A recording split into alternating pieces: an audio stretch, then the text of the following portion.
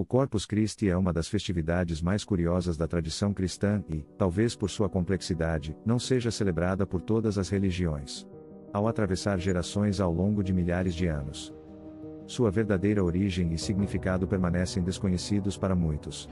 Na verdade, a história do Corpus Christi é frequentemente distorcida e mal interpretada por muitos cristãos que falham em compreender seu verdadeiro significado. No entanto, a partir de agora, desvendaremos juntos o que realmente aconteceu. Sem mais delongas, vamos ao vídeo. Toda a história começa no ano de 1263. Naquela época, a Europa era um mosaico de crenças fervorosas e práticas religiosas intensas. Em meio a esse cenário, havia um sacerdote que vinha de Praga, uma cidade ao norte da Itália. Este sacerdote, cujo nome era Pedro, estava passando por uma grande crise de fé. Ele tinha dúvidas sobre a presença real de Jesus Cristo na Sagrada Eucaristia. Um problema que atormentava profundamente sua alma.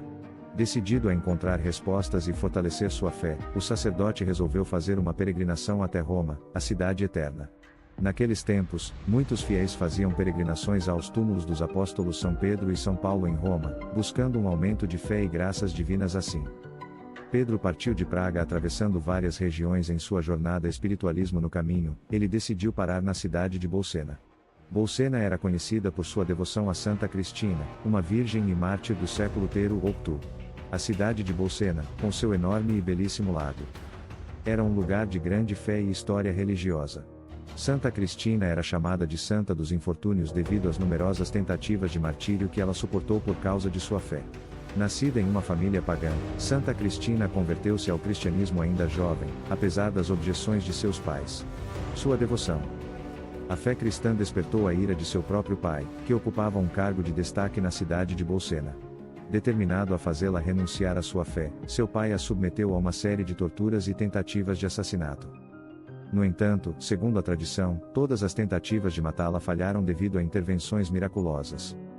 Finalmente, ele resolveu amarrar uma pedra pesada ao corpo de Cristina e jogá-la no lago de Bolsena, acreditando que assim a mataria. Contudo, um milagre aconteceu. Ao invés de afundar a pedra a qual Santa Cristina estava amarrada, flutuou na superfície da água, sustentando-a e impedindo-a de se afogar. Se você ficou curioso para saber o que vai acontecer a seguir, peço que clique no botão de like, se inscreva no canal e continue acompanhando o vídeo enquanto a pedra Ava Santa Cristina permaneceu em cima dela, protegida pela intervenção divina. Este evento surpreendente e miraculoso testemunhou a proteção de Santa Cristina por Deus em meio às dificuldades. Além disso, à medida que Santa Cristina flutuava sobre a pedra, suas pegadas ficaram marcadas nela até os dias de hoje. Essas pegadas tornaram-se uma evidência tangível do milagre que havia ocorrido e uma relíquia sagrada.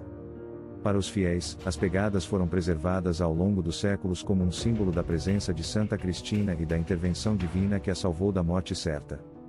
As pegadas de Santa Cristina sobre a pedra tornaram-se um objeto de veneração e devoção para os cristãos locais e peregrinos que visitavam Bolsena em busca de cura, proteção e orientação espiritualismo. Este evento milagroso fez com que o pai de Cristina, ao presenciar o prodígio, sofresse um colapso e morresse. Cristina, embora tenha sobrevivido, continuou a enfrentar várias tentativas de martírio, mas sempre foi salva por intervenções divinas até sua morte. A devoção a Santa Cristina era intensa em Bolsena e muitos peregrinos visitavam seu túmulo buscando bênçãos. Foi nesse ambiente de fervor religioso que o sacerdote Pedro decidiu celebrar uma missa pedindo a intercessão de Santa Cristina para fortalecer sua fé na presença real de Cristo na Eucaristia. Durante a missa celebrada pelo sacerdote Pedro na cidade de Bolsena, algo verdadeiramente extraordinário aconteceu. Pedro, ainda lutando com sua crise de fé sobre a presença real de Cristo na Eucaristia, levantou a hóstia consagrada. No momento da consagração foi então que a hóstia começou a sangrar, o sangue escorreu da hóstia manchando suas mãos e o corporal, um tecido quadrado colocado sobre o altar. Este evento inesperado e milagroso surpreendeu não só Pedro, mas também os fiéis presentes que observaram o milagre com espanto e reverência. O sacerdote Pedro, tomado por uma mistura de emoção, assombro e alívio espiritual, não conseguiu continuar a celebração da missa.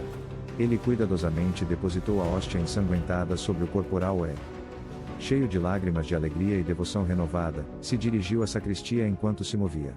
Gotas de sangue caíram no chão e nas escadas do altar, deixando marcas indeléveis que seriam preservadas como Relíquias sagradas. A notícia do milagre à mente se espalhou pela igreja e outros sacerdotes se aproximaram para verificar o que havia acontecido. Todos ficaram impressionados com as evidências visíveis do milagre, o corporal manchado de sangue e as pedras ensanguentadas.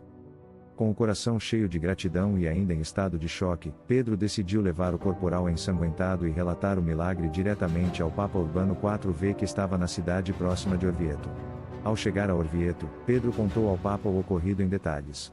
O Papa, profundamente tocado pelo relato, reconheceu o milagre como um sinal divino da presença real de Cristo na Eucaristia. Ele lembrou-se da visão recebida por Santa Juliana de Lieja, que havia identificado a necessidade de uma festa específica para celebrar a Eucaristia. Aqui vale abrir um parênteses para explicar melhor essa linda e curiosa história. Santa Juliana de Lieja desempenhou um papel crucial na origem da festa de Corpus Christi no início do século XI.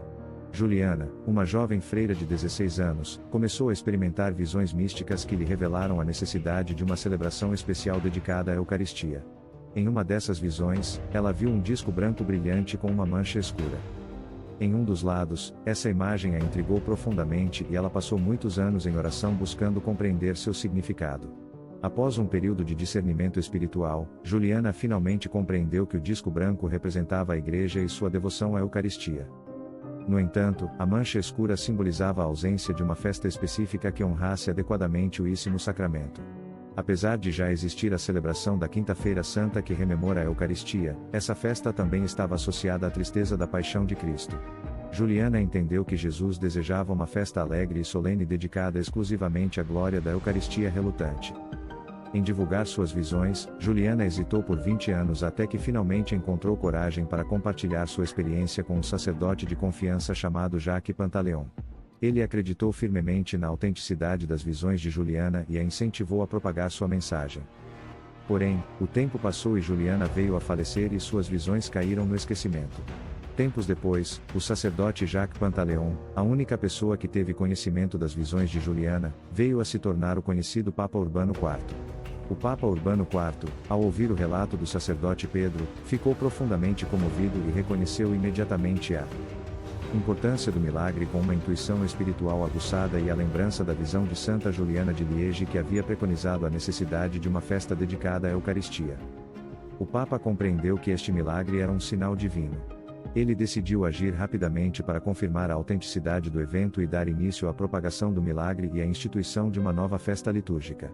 Para verificar a veracidade do milagre, o Papa Urbano IV convocou um grupo de teólogos e especialistas de confiança, entre eles os renomados São Tomás de Aquino e São Boaventura. Estes homens reconhecidos por sua sabedoria e santidade foram enviados a Bolsena para investigar o acontecimento e examinar as relíquias. São Tomás de Aquino e São Boaventura, junto com outros teólogos, conduziram uma análise minuciosa das evidências. Eles estudaram o corporal manchado de sangue, as pedras ensanguentadas e colheram depoimentos dos fiéis que testemunharam o milagre. Uma vez verificada a autenticidade do milagre, a comitiva de teólogos começou a organizar o retorno a Orvieto, levando consigo as relíquias preciosas, incluindo o corporal manchado de sangue. A notícia do milagre já havia começado a se espalhar e à medida que a comitiva saía de Bolsena, muitos fiéis locais emocionados e cheios de reverência começaram a segui-los. Essa multidão foi se expandindo à medida que avançavam, com pessoas de várias vilas e cidades vizinhas se juntando à procissão. Enquanto a comitiva se aproximava de Orvieto, o Papa Urbano IV, informado do sucesso da verificação e da aproximação das relíquias milagrosas, decidiu sair ao encontro da procissão. O Papa, acompanhado por clérigos e dignitários da Igreja, desceu de seu veículo cerimonial ao chegar perto da ponte onde os teólogos e a procissão se aproximavam. Quando a procissão chegou à ponte, foi um momento de grande solenidade e emoção. O Papa Urbano IV, vestindo seus paramentos pontifícios, ajoelhou-se em adoração à Eucaristia representada pelas relíquias do milagre. Ele reverentemente acolheu o corporal manchado de sangue e a hóstia consagrada e, junto com a procissão, começou a caminhar em direção à cidade de Orvieto. Este evento marcou a primeira procissão eucarística que se tornaria um elemento central na celebração de Corpus Christi. O Papa Urbano IV, convencido pela verificação dos teólogos e pela profundidade espiritual do evento, decidiu instituir uma festa solene para honrar a Eucaristia. Em 1264, ele emitiu a bula Transiturus decretando a criação da festa de Corpus Christi, a bula destacava a necessidade de reafirmar a fé na presença real de Cristo na Eucaristia, especialmente em um período em que várias heresias questionavam essa doutrina.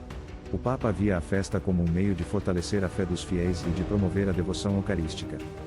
Ele também enfatizou o papel dos milagres eucarísticos como o de Bolsena como sinais divinos que confirmavam a verdade da presença real de Cristo no pão e no vinho consagrados. Após a decretação da festa, o Papa Urbano IV tomou medidas para garantir que a nova celebração fosse marcada por uma liturgia rica e profundamente espiritual, compreendendo a importância de um rito apropriado que capturasse a essência e a glória da Eucaristia. O Papa convocou alguns dos teólogos mais renoma de sua época para compor os hinos e orações que seriam usados na solenidade. Entre os teólogos convocados estavam São Tomás de Aquino e São Boaventura, ambos gigantes intelectuais e espirituais do século XI. Quando chegou o momento de revelar os hinos, todos os teólogos se reuniram na presença do Papa. São Tomás de Aquino, conhecido por sua profunda erudição e espiritualidade, foi o primeiro a apresentar sua composição. Começou a recitar seu hino, o Lauda Sião, Louva Sião. Este hino, através de versos ricamente elaborados, expressa a crença na presença real de Cristo na Eucaristia e a reverência devida a este sacramento. A performance de São Tomás foi tão maravilhosa e inspiradora que todos os outros teólogos presentes ficaram em silêncio. Profundamente tocados pela perfeição e pela espiritualidade das palavras de São Tomás.